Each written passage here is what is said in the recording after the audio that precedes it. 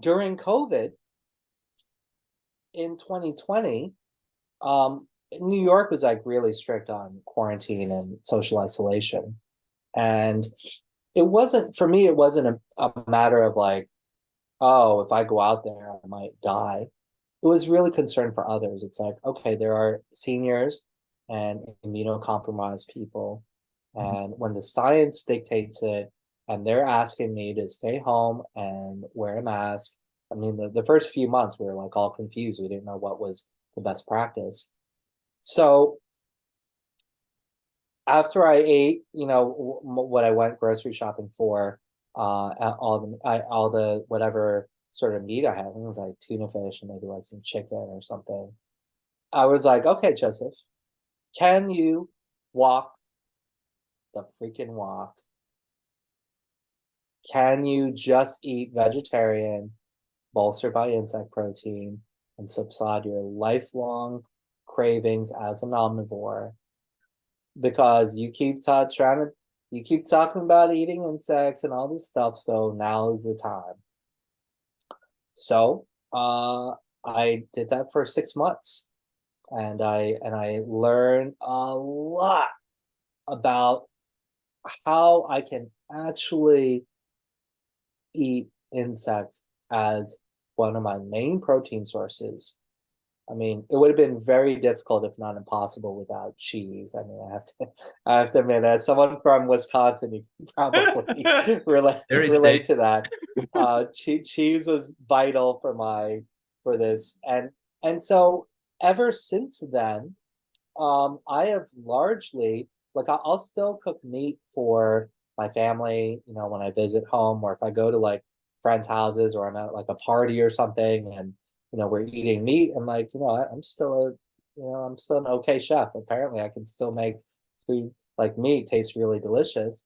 And so it's not like I was like, oh no, but what was really fascinating is learning how to actually make insects like the main protein and succeed at doing so, which has eventually led to me largely not cooking with meat anymore in my entire life. And so I think that that's like a really, for being, I was a very aggressive meat pusher at one point, and I would have vegetarians come to a party. I'd be like, look at everyone loving my fried chicken, man.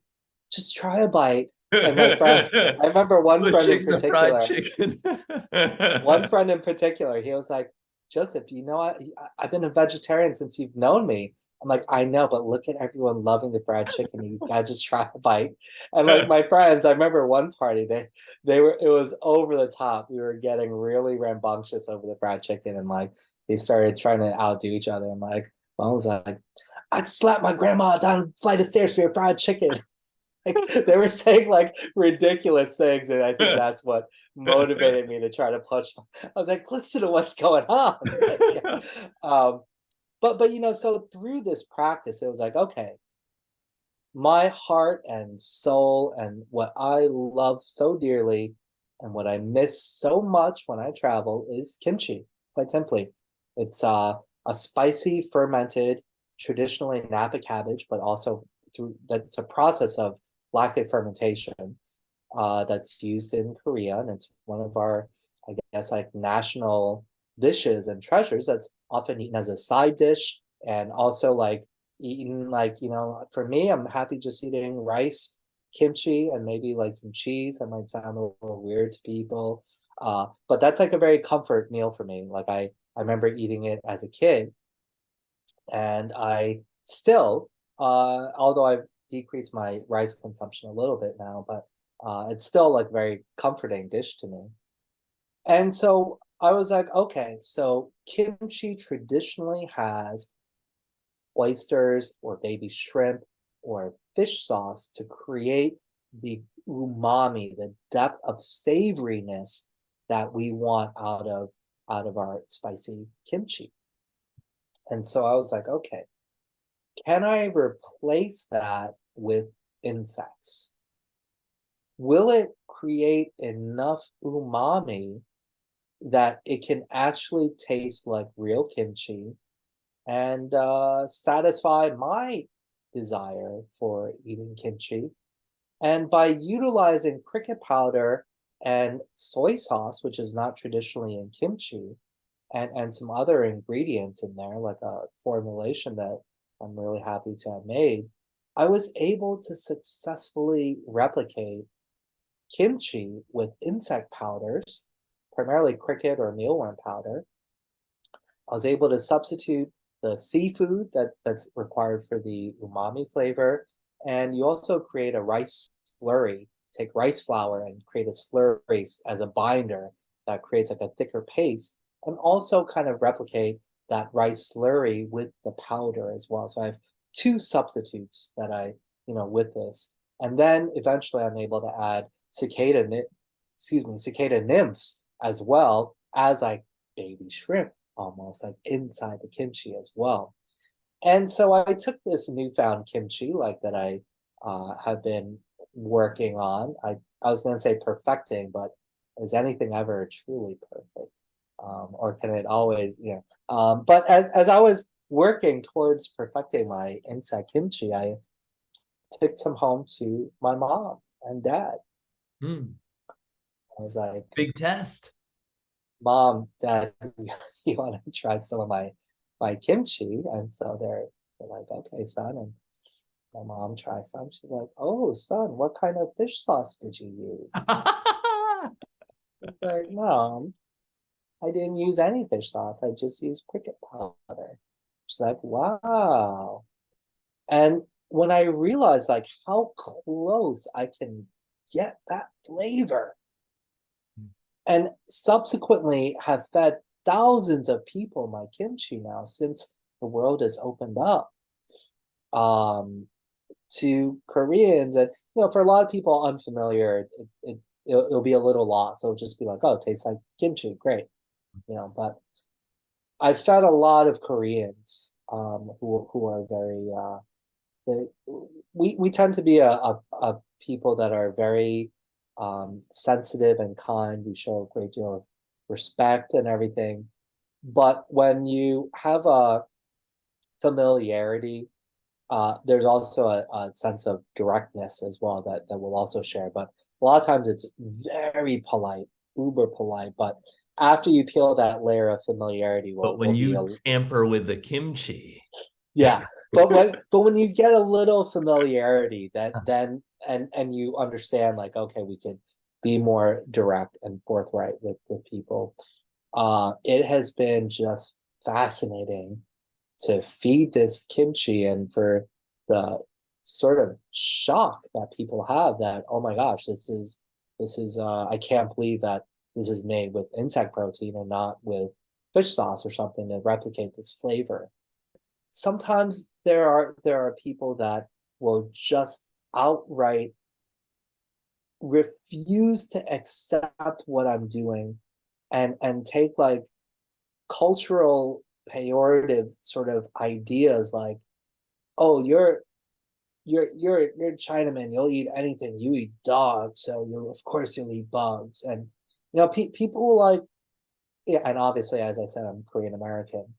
And other people will say things very similarly that attack me, or not just attack me for being Korean American, but also being a long-haired bohemian New York City chef, and presume rightly that I'm a bleeding heart liberal progressive. And what I love about these opportunities when I get attacked, like either verbally or online, which is more likely the case, or even receive threats via email, I love that my response can be one of true kindness and empathy. And being able to share this has been so meaningful for me, because before, my ego would not have been able to take this, Barrett. And I love that I'm able to take people aggressively coming at me and be able to go like, I understand how you can feel this way about edible insects. I'm happy to share why I'm doing what I'm doing if you care to know more.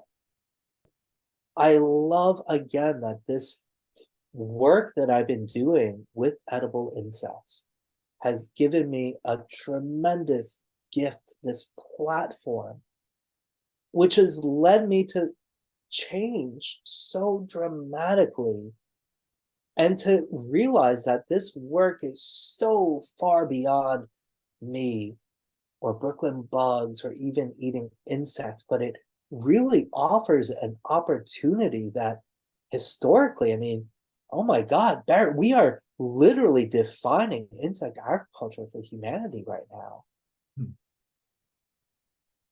And for me, I have to be mindful of that sensitivity to be able to engage and not perpetuate this cancel culture or feel hurt because someone doesn't like what I'm doing.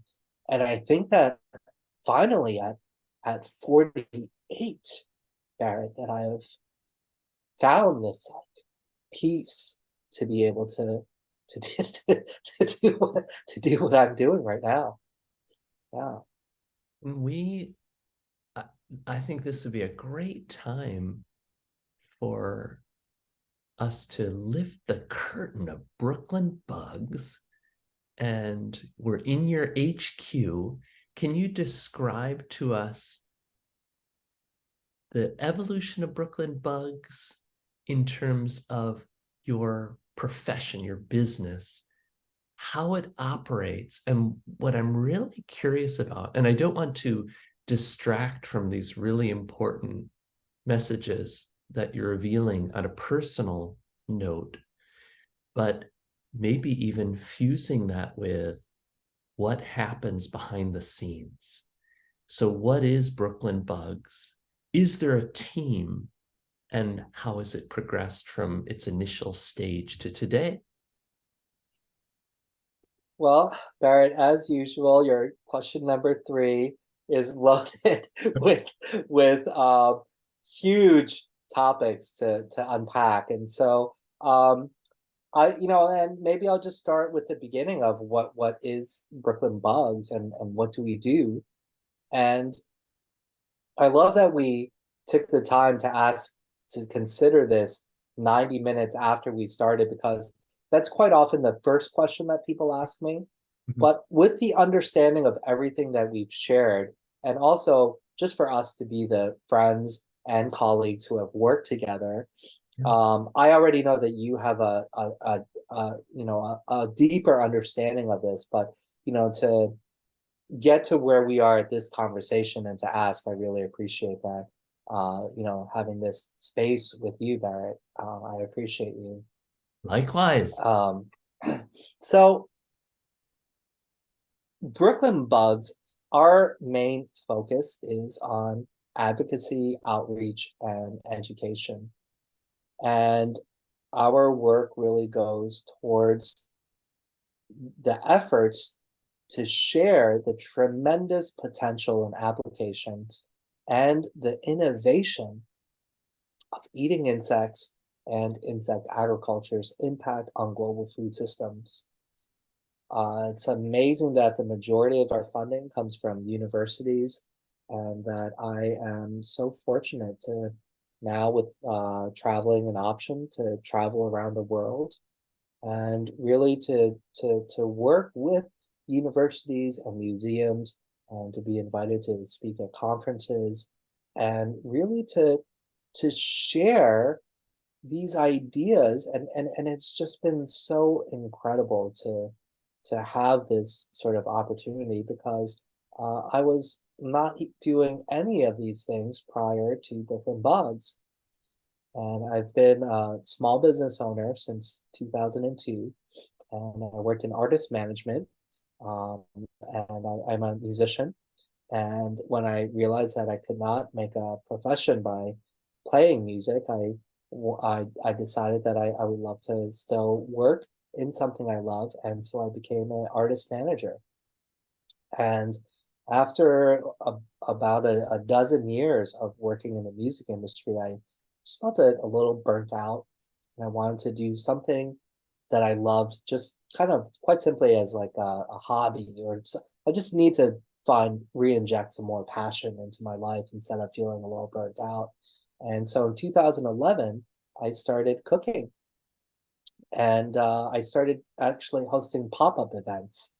And what was really interesting in 2011 is that people didn't know what a pop-up event was, because that was, nowadays everyone's hosting pop-ups and everything. But in 2011, I would go to bars that I would frequent and be like, hey, how about if I do a pop-up at your place? They're like, what's that? I'm like, I'll come and bring everything I need and cook food, and you guys could sell drinks, and we'll make a big party together and help each other's business. I'll clean up, and you won't even know I'm here the next day. You're like, amazing, let's do it. And so through a series of pop-up events, I started amazingly like discovering that like I love cooking. I've always loved cooking, so it wasn't a discovery, but I discovered that a lot of people love my food. And that was not a discovery, because I would take over and abscond kitchens and hijack kitchens all over my friends and family kitchens throughout my, really, since high school. I have pictures in my high school photo album from film print of food. I mean, that like way before people were taking pictures of food, I was taking pictures of food in the early 90s. And so I I realized that I had this like great desire to cook, but and with the business acumen I had running my own business in the music industry, I realized that not only do I love to cook, not only do I love to have the business acumen to be able to talk to really big companies and the 1% to make them feel comfortable and confident in hiring me and paying for me to come and cook at their events. They also, I think this is something that is in my DNA, something that I really learned through my mom and my grandmother and my aunts, is the joy of service and of sharing. And I think that while a lot of chefs that I knew, they were like excellent chefs, but they just didn't really like the service aspect or sharing the food. They want to be left alone, make their beautiful food. Whereas I'd be like, open kitchen. All your guests are welcome to come back. This is your house kitchen, please. Or throw us like big dinner party. And also to be out there like introducing dishes and sharing the food and educating people. And so that was like a really big part, I feel, that I think has been fundamental to my growth as a chef and leading to becoming an edible insect ambassador. Is that in 2017, I was approached to work on an art project to conquer her fear of insects. Miru Kim, this artist that I love, and she asked if I would work on a project for her, phobia phagia, and cook insects for her. I said yes. And interestingly, I pitched her on a lot of different projects, and she kept rejecting me. And and I was like, I hope you don't mind that I keep asking you to do something. And she's like, no, I don't mind, as long as you don't mind if I keep saying no. And I was like, no. And so we proceeded on our merry way as friends. And then she finally approached me. I didn't even think twice. I said yes. It's like eating insect. Yes, 100%. And and by the way, you were already pre-warned about my long-windedness. You asked me about the evolution of brick and bugs. I'm taking you back a little bit to, you get a little preamble. Now we're getting into brick and bugs. Yeah. And so I said yes immediately, and I was so excited to work with Miru. But when I went online and looked up edible insects, I realized and connected with the UN's FAO report, the Food and Agriculture Organization, in 2013, Edible Insects, Future Prospects for Food and Feed Security. And what was really fascinating is that I've eaten insects. I've eaten crickets and grasshoppers and ants and scorpions, like when I would travel, or when people would bring it back from areas they travel and be like, hey, or the bottom of tequila bottles, what have you. Like, so I've eaten them before, but never culinarily really truly cooked with them. And so I was fascinated. And then when I found the FAO report, the FAO report, and I realized that eating insects can address food security and sustainability and livelihood and workforce activation, that tremendously motivated me. And that was such great inspiration. Within months, I was like, well, the first thing I did was I emailed like North American vendors for insects, and I was like, I showed them pictures of the food I prepared. I was like, hey, I just want learning how to cook with insects. Feel free to send me samples. They're like, wow, love to send you samples. And amazingly, they are still my sponsors today, and I've never had to, they're so incredibly supportive. I've never had to buy insects for the hundreds of thousands of people that I've lived with that Wow. now over 6 years. Yeah. And so as I got these samples from them, I was like, guys, what do you think if I held a festival in New York City? Because it's never been done before. Hmm. Like, we're behind you 110%. When do you want to do it next year? I was like, no, no, the time is now, and I want to do it in 3 months. They're like, you want to hold a like a multi-day festival in 3 months in New York City? I'm like, yes. And they're like, listen, that sounds like a challenging prospect, but if you do it, we will support you 110%. And so I was like, okay, I've done this before. I produced hundreds of events as a music manager, as an arts manager, produced events as a chef. And so I've produced hundreds of events. So this is a new field, new thing, but I'm confident that I can do this. And so I call all the vendors. I started making frantic calls, putting my team together, and that is how Brooklyn Bugs was born as a music as a festival. And so the first day was a conference, and we had speakers, and of course we were serving ento cuisine throughout the whole event. The second day we had outdoor vendors market, and this was a big thing, is that I wanted an outdoor vendors market, and so I thought Labor Day, it also offers like a day. This was 2017, offers an opportunity for people to maybe take a day off and come to the festival. And so we had outdoor vendors market followed by this huge I forget now, it was either a 10 or 12 course tasting dinner that I prepared later that night, and then a community brunch party afterwards the following Sunday. And so what do I know? All my local news channels came, my local newspaper, also known as the New York Times, asked to interview me. NPR, my kind of it's like the station that I absolutely adore and love, have loved throughout my whole adult life, called. And what I realized is like this incredible opportunity of like, wow, I found something where it generated all this interest, and it connects to something incredibly meaningful around food security and sustainability. And so I was invited to then speak at the American Museum of Natural History. And then I came to the point in December where that, or November, where that's where I usually get all my business for catering and as a private chef. And so November, December would generally be like massive months of work for me. And I would be entirely wasted, just exhausted, and take a great part of January off, except for my regular clients that might call me and stuff. But they were my two big months. And after Brooklyn Bugs in September, some like, I guess like some soul searching, and I was like, you know what? I don't want to do the regular holiday programming, and I believe in Brooklyn Bugs. And I decided to not promote my catering and just take the incoming calls from my regular clients. And in catering, you need to show that your clients are number one priority, respond right away, treat them like VIPs, or they'll just call another person, even if they've known you. Like people just want the thing. I mean, some people they're like devoted, but for a lot of new clients, we need new clients all the time in catering.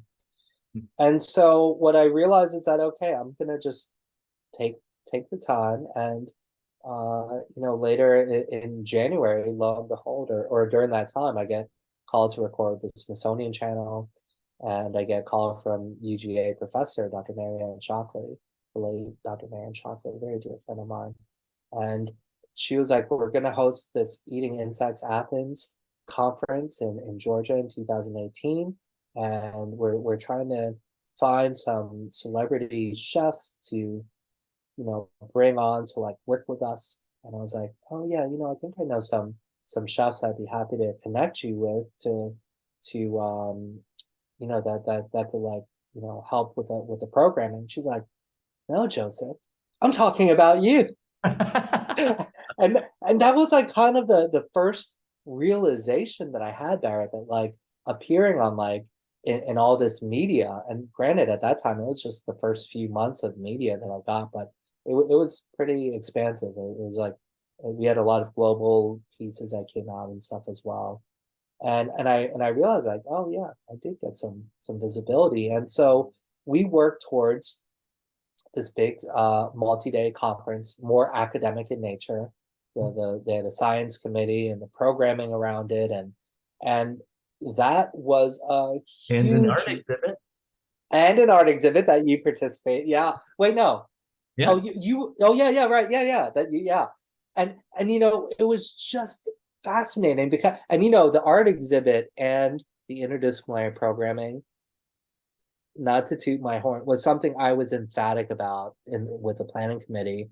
I was like, guys, we can't just do the science and like cook insects. We need to make this as interdisciplinary as possible.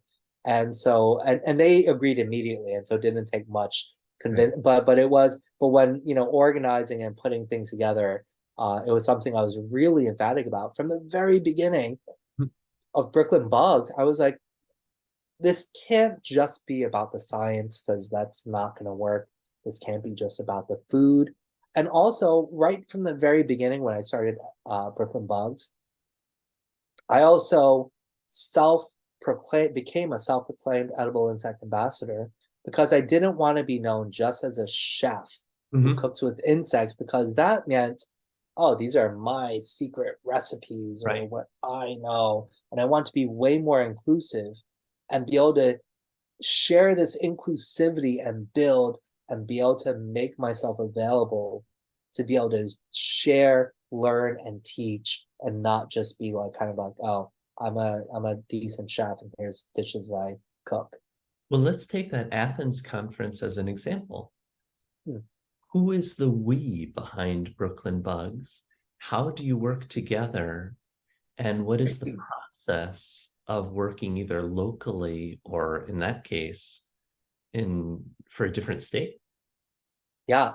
So I feel so incredibly fortunate that I have so much of my work that is both validated and amplified by some of the really most recognized institutions around the world.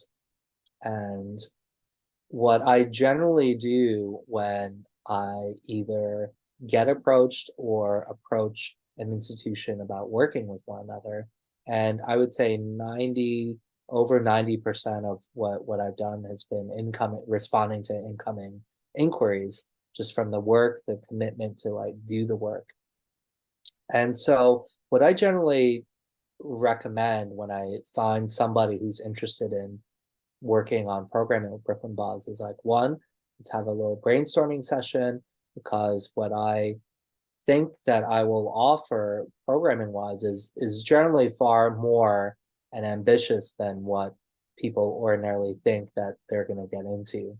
And so I take this approach where let's talk about different programming ideas where beyond the lectures, which is like the easy sort of idea of like what I might be able to offer, or like a symposium, or cooking meals and workshops and demonstrations, cooking contests, or like movie screenings, all of which is like things that we incorporate, and external programming.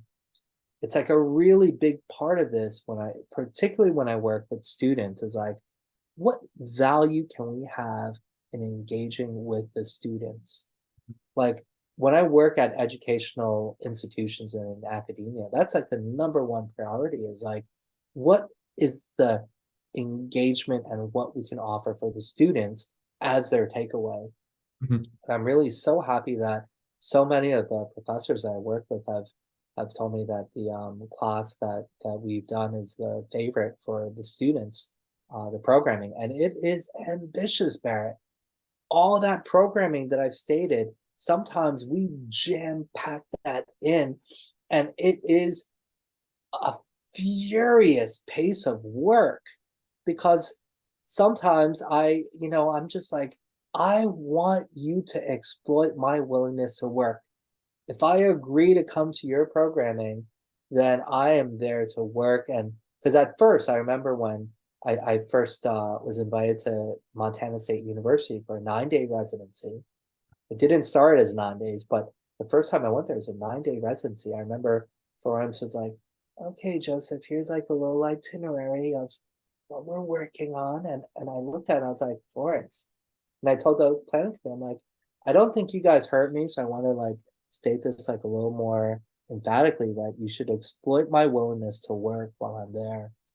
And giving one talk for a day, uh, that like that might be what a lot of other speakers may do, and give a talk and then and maybe two talks, but I'm willing to do a lot more than that. And so we just start like hammering out more programming ideas. And so indeed they ended up jamming me with like 12 presentations, which I loved. I mean, that fulfills the my mandate and my mission of advocacy, outreach, education, and engagement. And so a lot of times, like, for a lot of the other schools that I've subsequently worked with, it's like sometimes they approach me and they're like, Joseph, we would love to have you, but we don't have the funding available for you. And I'm like, and they think that it's gonna end the conversation. I'm like, well, let's talk about the programming.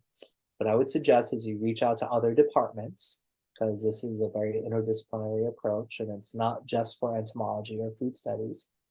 And so, it's like, and so a lot of times, and then I emphasize like, try to put together a planning committee because this is a lot of work. And so I've spoken in like over a dozen departments in anthropology, biology, plant sciences, environmentalism, sustainability, business classes, Mm. food studies, hospitality programs, entomology programs.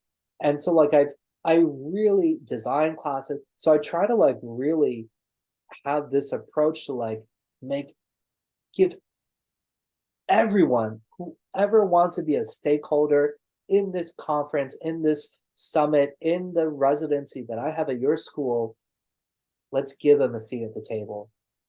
And so with that approach, I've really been so happy to be able to like expand the programming and to be able to do like many more days than most of these professors could have expected. And also it's like exhausting for a lot of people and they have their work, I have my work and everything. And so building a committee and being able to work has been really key. And so that's generally been the approach is like through teamwork and through developing like committees at pretty much at every single institution that I go at. But my focus still is very squarely rooted on the engagement with each individual. I don't want to get to a point where like I like do these big events and then that people can't approach me. And that's like the antithesis of like the emphasis of my work is that I like to stay extra days at places so that students can get to unveil the layer of like whether they see me on TV or something and think of me in different terms and to be able to really get in and be able to like learn and ask me anything like not to tiptoe and stuff. And so that sort of like engagement has been really crucial to be able to engage with people, show that care and the attention to individuals, but be institutionally minded so that we can make an impact on millions of people while also being really rooted and being very focused and with a grounded approach of being accessible and working with people one by one as well. And I imagine for your business and you personally, it's really important, essential to be at the frontiers. And that requires research and development. So you're working essentially on a science and an art in the culinary arts. How do you approach research and development? And I could extend that by asking, do you constrain yourself, and that's a little bit loaded, but do you constrain yourself with the industrial insect offerings, or do you extend behind the scenes with other insect taxa? Yes and no on the constraining. And very early on, I recognized that I can't just utilize ingredients that no one else can get, because that won't be an effective way of ambassadorship. Mhm, And so I intentionally worked with ingredients that are available to most people, like online, mhm, that you could just get online. However, are there ingredients that I can get because of the relationships I have that I also utilize? Absolutely. And it's important for me to be able to further the R&D. And ultimately, I mean, because I work with so many science institutions and also with chefs and really with as many different stakeholders as possible, my approach to R&D is like really quite unusual because it's very chaotic and there's a whole like mess of things that are like exploding. And for a lot of people, this approach is just it's very difficult to understand. And what I try to explain to them is that a lot of times people ask me about like, what's the one bug or approach that you think will get the world to accept edible insects? yeah. I'm like, nothing is ever that linear. Right. And the work that we're doing is far more akin to interdisciplinary calculus. Uh, This approach requires me to harness the chaos of this entire business of the science, of the psychology, of the anthropology, of the ethnography, of the business, of the language, the vernacular. Like every single layer of this has to be dissected and understood. And I could probably take an approach just to cook and share what I know culinarily. mhm, But and that would be really fun for me. I mean, geez, that would be so fun for me just to like cook and stuff. But how far will that push and evolve and mhm, accelerate what we collectively need as an industry? mhm, And so for me, I love that I have the conviction and the confidence and the foundation to have taken this great chance and this leap of faith. Like, I'm gonna jump off and literally grow some freaking wings and not fall flat on my face. mhm, And it's this chance that I've taken, and I love to be able to share some of these metaphors and the passion and to be able to like talk about work in the music industry, which I loved, and cooking, which I loved, and now in Brooklyn Bugs, which you could probably see how much I love, and to share this enthusiasm and just the power of believing and conviction and having purpose with college students and not talking about money, mhm. right? And so because I sometimes I go all the business classes I've ever spoken in, I love to share my founder story and that I am still very much rooted in my passion. And I could have very easily tried to find a route for more financial success. But I, I'm pretty confident that I can do that if that were my focus. If I were like with the visibility and with the sort of work that I've done, if I were like, okay, I want to, money is my main focus, and I think I could, I know I could be making a lot more money. One thing I'd like to ask is because as a business owner and a passionate advocate on the world stage, and a chef, and an educator, and the list goes on, there are many facets to being Joseph Yoon of Brooklyn Bugs, and you can't master all of these facets singly. You dive down rabbit holes. To what extent do you educate yourself about the science of insects, entomology, and to what extent do you marry your interests and passion with professional entomologists, nutritionists, and others when you explore gastronomy? I really love this, Barrett. Can you imagine if I didn't have a head cold for the past three I know, days? I'm just thinking this.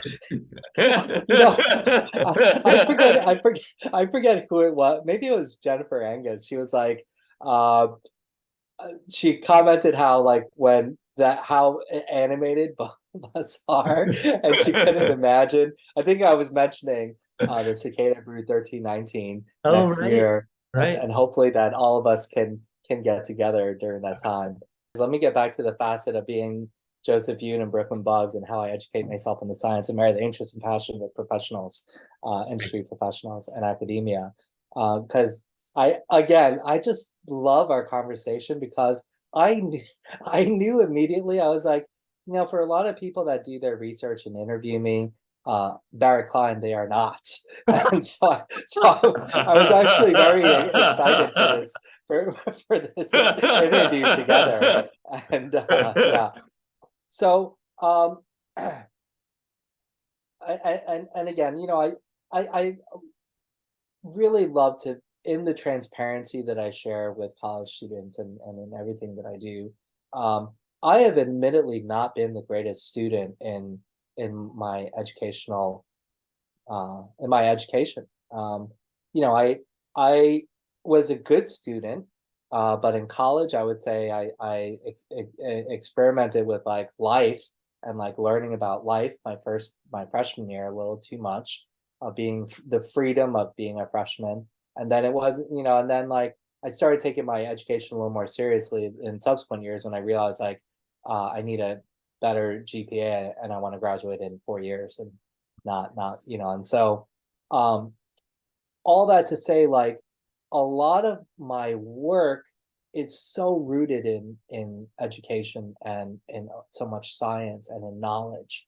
And what I realized at that time, that tradition, a way of studying back in the 90s when I was in college, and seeing the growth of how we are educating children today, I think has evolved tremendously.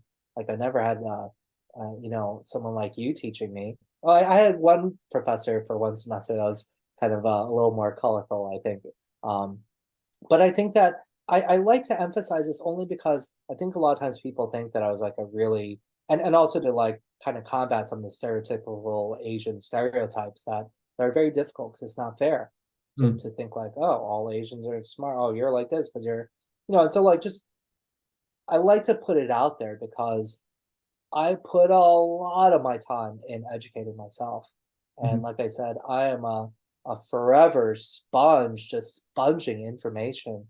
And like I have like all these crevices of curiosity.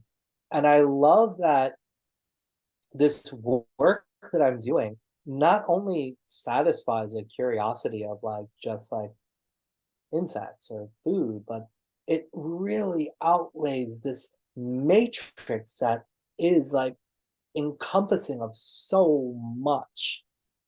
And so I find myself like really just immersing myself, trying to learn.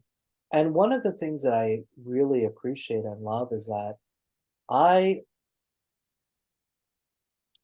I never pretend like I know something I don't know. Mhm. And somewhere Important. along what's that? Important. Yeah. And somewhere along the way, as I, work more in with Brooklyn Bugs, I don't know exactly where in the world my mom got this idea that she can ask me about all things insects, and that somehow I became an entomologist, right? And thankfully, she knows that like I have a lot of entomologists on my Rolodex now, and I can easily text, and many of them will answer this very quickly. And so, indeed, I have resources that can answer her insect or pest questions or something. But what I realize is that a lot of people, because I now work with edible insects, think that I am an entomologist, and I am not. Even Mhm. my mom. And so when I told her that, she was like, "You're right, son. Okay." And then so it was just a hilarious conversation. I was like, "Mom, you've known me my whole life. When did I become an entomologist?" um, and so, but what I do appreciate is that in all this work that I do and the confidence that I have when I go and speak in front of like all these like tremendous conferences and everything is that as long as one, I'm entirely honest and transparent, don't pretend like I know something I don't know. And as long as I try my absolute best, there's nothing more I can ask of myself. Mhm. And so, armed with that sort of belief and truly exercising those things, I have the confidence to go and speak to anyone about the work that I'm doing. And I'm very quick to say, I don't know. Let me get back to you on that. Mhm. So I rely so heavily on my relationship with scientists immediately. From day one, I started like compiling scientists on my Rolodex. And what I really appreciate is that as a former artist manager, I love to celebrate scientists like the freaking rock stars that they are. And what I love about that is most scientists are not used to being appreciated in that manner. And at first some of them thought they might have thought that it was like a little like over the top until they realized how sincere I was Mhm. in my appreciation of their work and my curiosity for them to very detailed questions about their research. Mhm. And I remember at like a lot of conferences I'm at, like I'd be in the middle of this conversation, asking the scientists about like exactly like what they're researching. And someone would come and they'd be like, "Oh, hey guys, what are you guys talking about?" And the scientists would be like, "Oh, we're just talking about my research. It's very detailed." And in 60 seconds, I would repeat what we were discussing in a manner that was like very accessible for whoever approached us. Yeah. And this would happen a lot. And a lot of scientists would be like, "Wow, you're really gifted at communicating these ideas that are very Mm. boring and being able to like present them very succinctly. That's really remarkable." And this relationship, because I didn't go like, "I'm Brooklyn Bugs, look at what I know." I always give credit and reference these geniuses on whose shoulders I stand and amplify their work. Uh-huh. And without this relationship, I would be nowhere. If I were just like, "Hey, let's eat some bugs," Mhm. where would it really be without the science?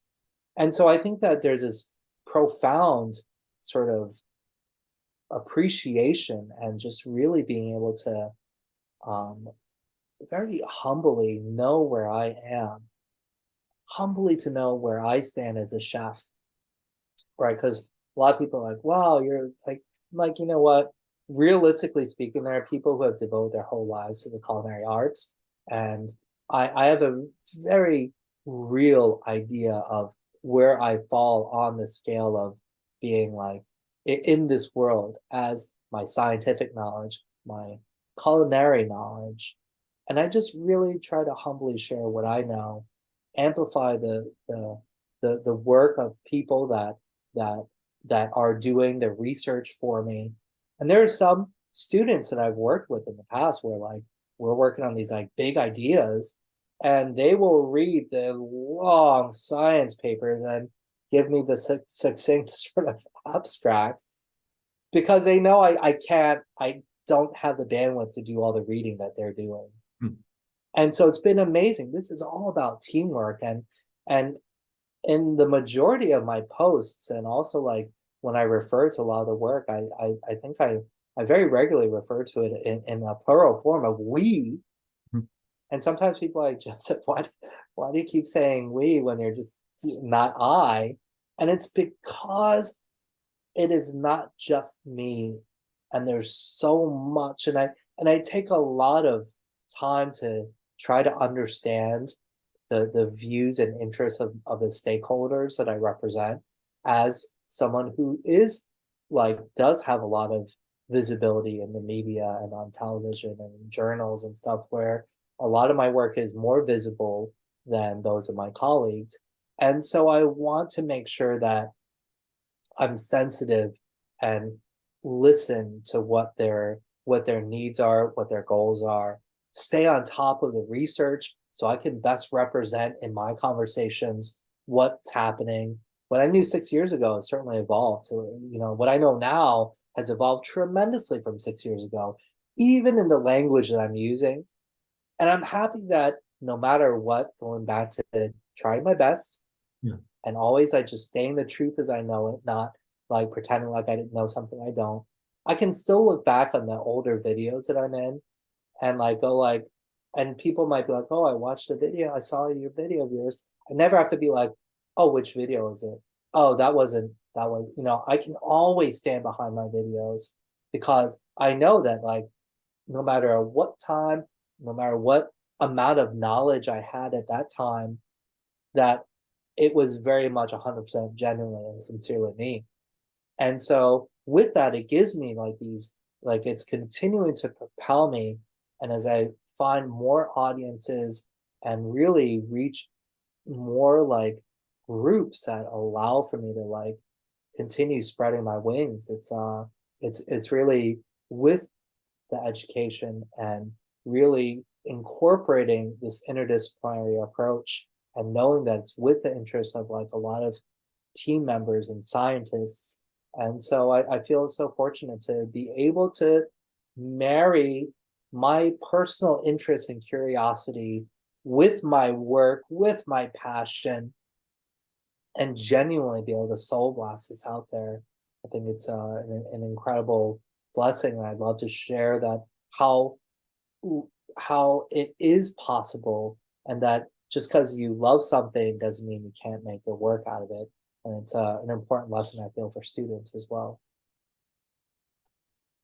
I'm going to ask you a question that is hard for scientists to answer, and that is, where do you see yourself being in 5 to 10 years? So when you ask a scientist that, that's a particularly difficult challenge to address because oftentimes you want the science to guide you.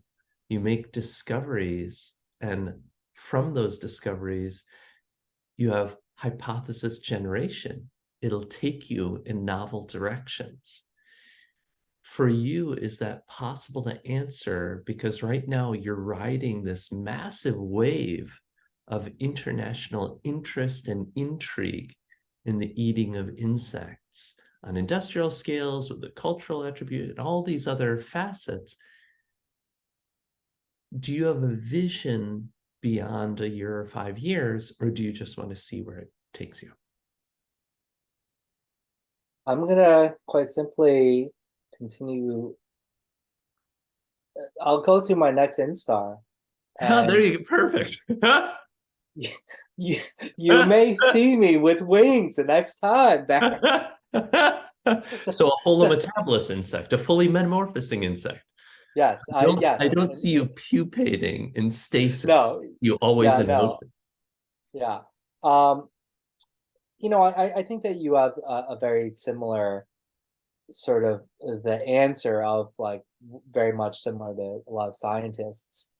And what I love about this approach that I've had, because when I work in as an artist manager or even as a chef, my previous professions, um, I would very much need the micro and macro picture. Like what's the macro picture? And without that, I'd be like, I would force the artists I work with to write them down for me because without them, we need some North Star to guide us to like be able to tell us which way to go. I have thus far scrapped all those notions, and I had a very painful process of shifting from being a identifying as a businessman to a creative. And Mhm. so after from 2002, when I started my first business, all the way up to probably 2018, I started Brooklyn Bugs in 2017. I went through a big halt, and this was among the biggest changes that I made in my metamorphosis. Is um, I no longer, and being a creative and a businessman are not mutually exclusive. You obviously need skill sets in both to to do these things, but as a how I identify and the prism in which I'm going to view how I share my work and the Mhm. methodology in which how I approach my work to be as a creative, not as a businessman. If it was as a businessman, I would, and I and I'm not saying business person because I identify as a man, just to be clear for, Mhm. um, and so if I identified as a businessman, I would have a consumer packaged good by now, or run a restaurant, or have commercialized. Mhm. But my views are so far removed from that, and it's really rooted in being a thought leader and being able to share these ideas, and having gone through the process to literally be identified as a thought leader globally, and to be working with these institutions that continue that are developing over a course of years. It pushes me to like continue and take bigger chances. And for me to find myself at this age to still be taking so many chances while living really a modest life, but to find this like potential, it's been amazing. Now, I've always wanted to write a book since the beginning of this journey. I got interest from publishers very early on, but I have not thus far received interest with enough of an advance for me to take time out of the actual application and value of my work to take the time out to write. Mhm. And I'm hoping that that will eventually come. I've been very fortunate to receive a lot of media interest, but I haven't received the right one for me to sign the dotted line to do my own programming. I've received interest from both sides, but they weren't the right one for me to say, yes, this is the one where I want to commit. And I I feel, I yeah, could see, I mean, if I think about, there are a lot of really zinger books on eating of insects, like yeah, man-eating bugs, creepy crawly cuisine, the Eat a Bug cookbook, right? Eating insects as food, and entertaining with insects, and the list goes on. But yeah, you would have unique offerings. And I could imagine a Joseph Yoon book on entomophagy going in a number of different directions. yes. What would your dream encapsulation between covers be in the form of a book? That's a very difficult question because I almost think it has to be a three-part. And Like I this don't mean to interview. be I don't mean to be so complex, but I of course I would love to have a story-driven storytelling book driven around recipes. I mean, that's one thing. Another is really a memoir, which I think is like really kind of interesting because there are some professors who see me talk and they're like, wow, your founder story is the most interesting that I've heard. I'm like, what about all the work we're doing on edible insects? Did you not find that interesting? And interesting, I mean, for them, it's they know about a lot of it, and so maybe the founder story was more appealing to them. Um, but I think it's I think that I could use again the rely on the team to be able to help me think about what would be the most pertinent narrative for me to share, be it in recipes and food, philosophy. And you can probably tell there's a lot of philosophy that I have that's like in my head that I love to share. And philosophy is also like I'm a liberal arts major, And I love to share the value of the skill sets and the critical reasoning and thought process that liberal arts has given me, and the foundation for me to do whatever I believe in. And for a lot of people that are like more in the sciences, I think that they're like, I'm going to study this and become this. I love to share like the expansive potential of what a liberal arts education can provide for students. And I also think that, again, in 5, 10 years, with these ideas, and also sharing the idea of taking these like great chances of leaping off into the unknown, and having so much of what I do be driven by the discoveries that I make. It's been incredibly fascinating to, I mean, these opportunities I never would have thought would be in my life prior to Brooklyn Bugs. I never would have thought I'd be speaking at the leading universities around the world, nor working with museums that I've long respected and loved around the world, to be working with institutions that are really just, it's been such an incredibly humbling experience for me. And when I think about the 5, 10 years, I love that one of the so Google has been incredibly supportive of my work right now, and it's been really fascinating to have their support. And among them, they've assigned a really incredible mentor to me, who's interested in my commercialization and really in how to diversify my revenue streams. But in addition to that, pairing with that, the synchronicity of this, that I'm also working with Cornell's the Dyson Brand Challenge. Oh, It's a semester-long case study for seniors in their College of Business to take on a real-life case study that has to connect with one of the UN's 17 SDGs, the Sustainable Development Goals, of which I'm also writing something, or in the beginning process of this, as I have been at a lot of the science summit around UNGA this the past week. I want to write a paper, and maybe you'd be interested in helping me with this, about how insect agriculture connects to every single one of the UN's SDGs. I think that those type of the vision that we have beyond zero hunger, or like no poverty, or it's like uh it touches on so much more.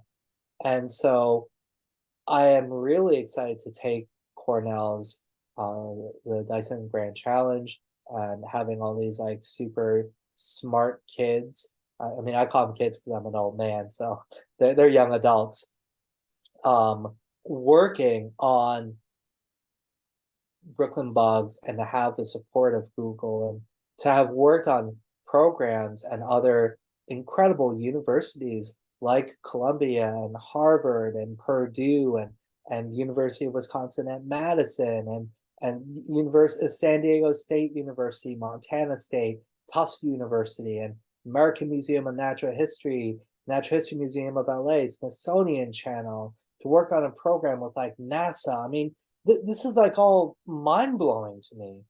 I was a fun loving chef and former artist manager prior to this.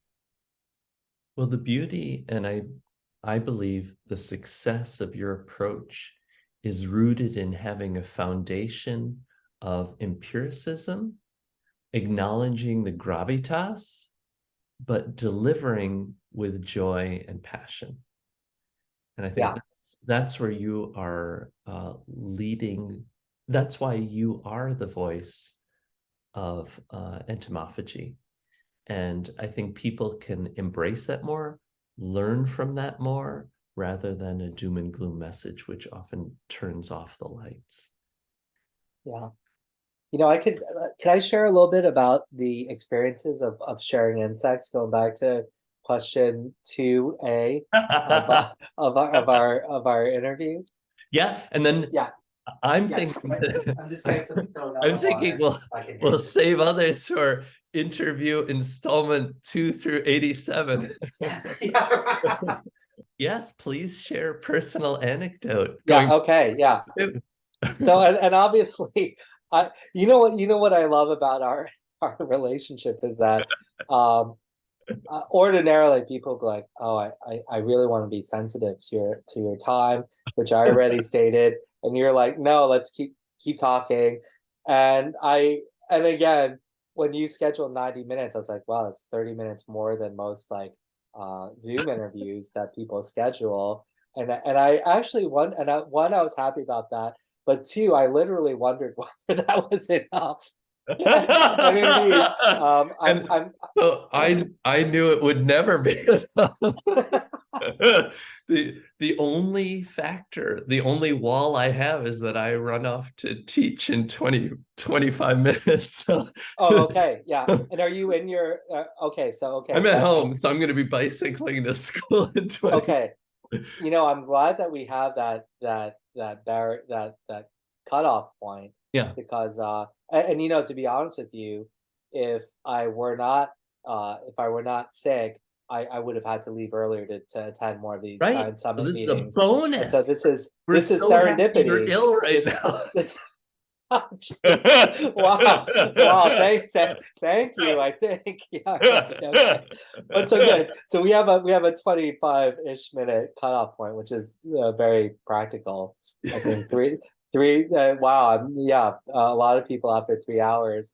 But to be honest, I literally have 3 hour conversations with my friends, and this is not unusual to be on the, especially with like COVID and everything. My phone conversations have gotten quite lengthy sometimes. So, but yeah, something I thought was like really important is to share some of the reactions, because I am serving food at universities, at museums, at city events, at like at music festivals, or one music festival, and like other like social engagements. And so we have everyone from academia to children to just people that have no idea what they're going to see attending my events.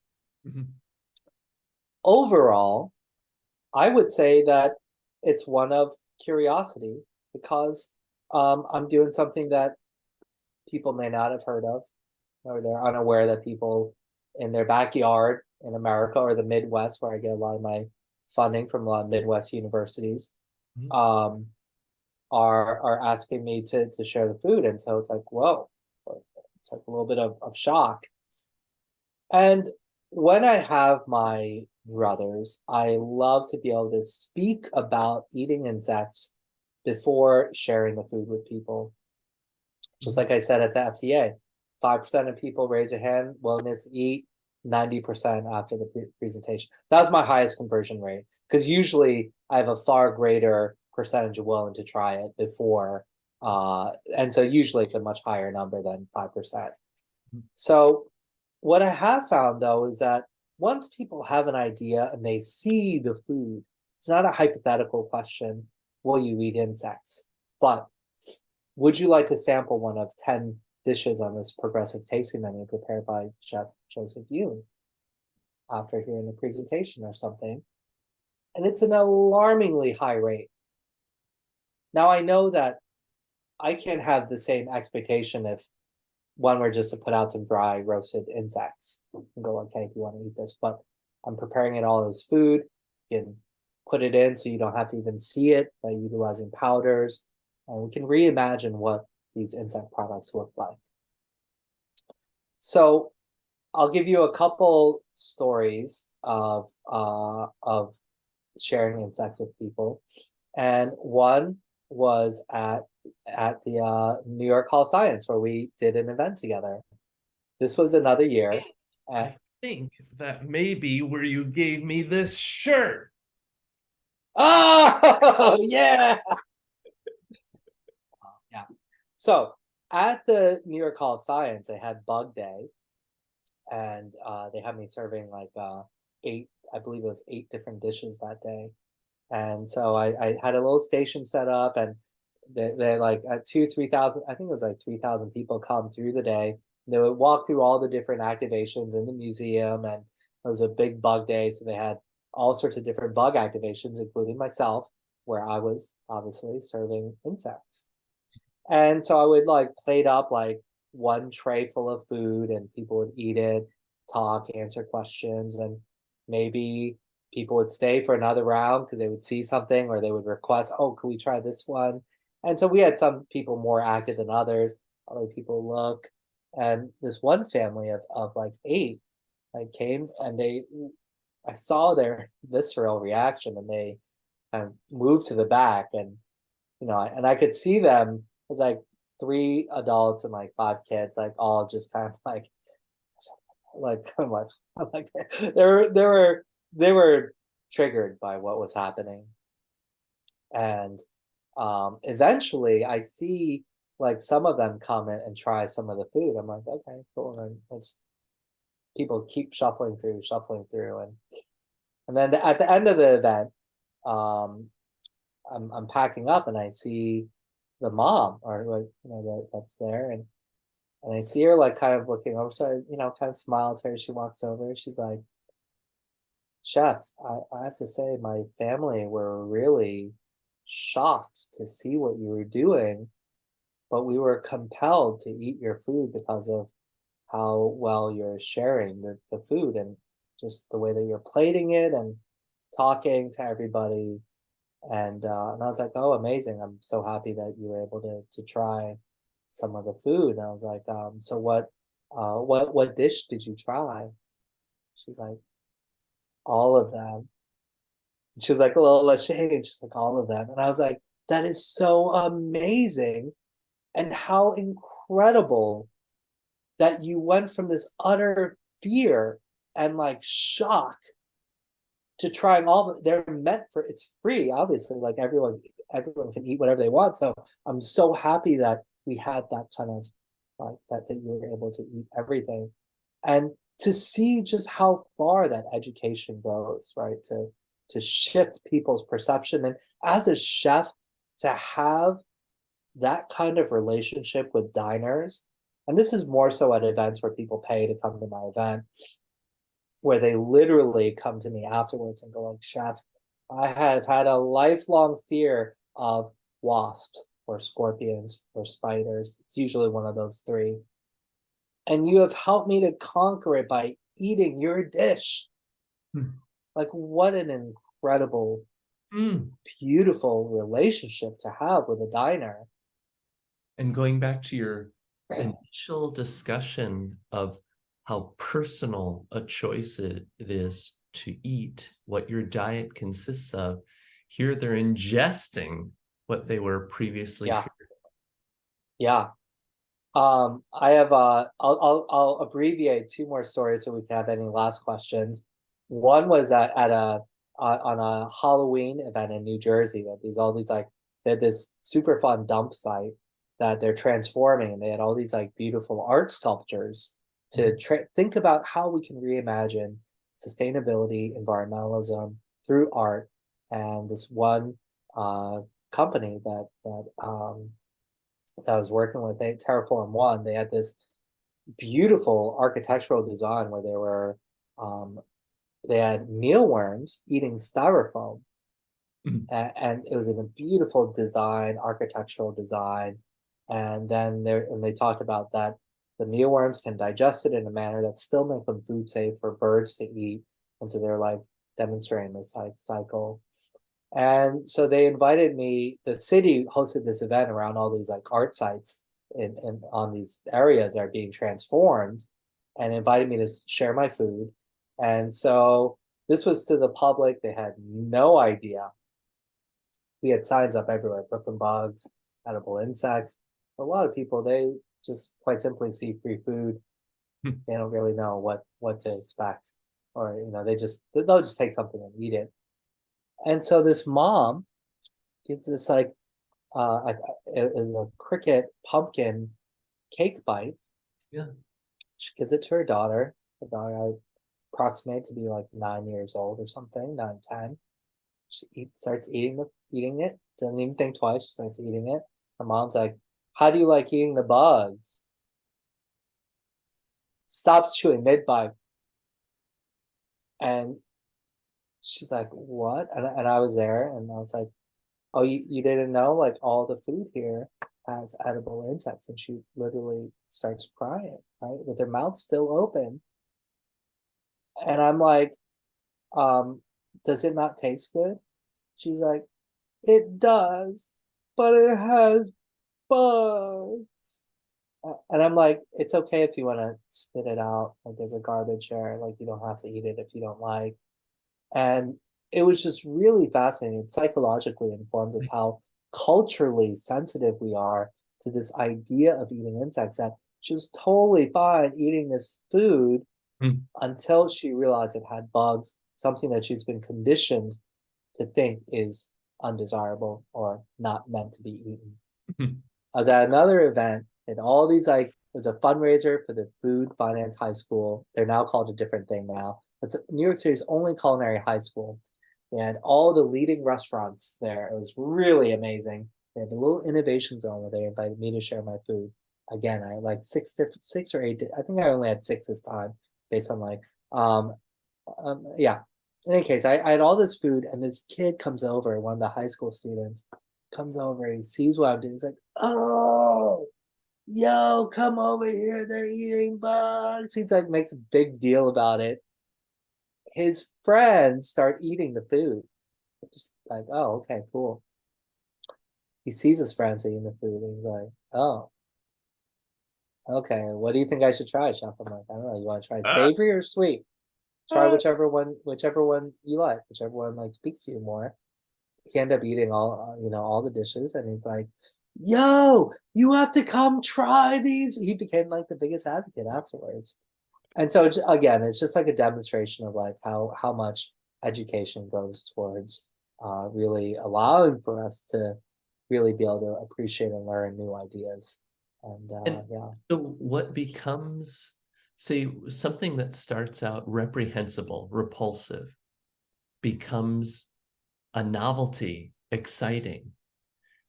Is there an issue when that novelty wears off and it becomes conventional, acceptable, or is that the evolution that's expected or progression that might be expected? It's so hard to say because this is really going to be something that everyone has their individual experience. And while we're experiencing this collective growth and explosion in the industry, around the awareness, we still have like great challenges.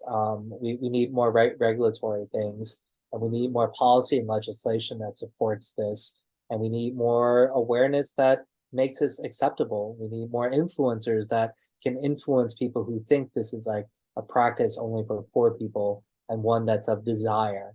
And so Mhm. there's it's so complex what we can truly expect out of these set of experiences. um One only knows.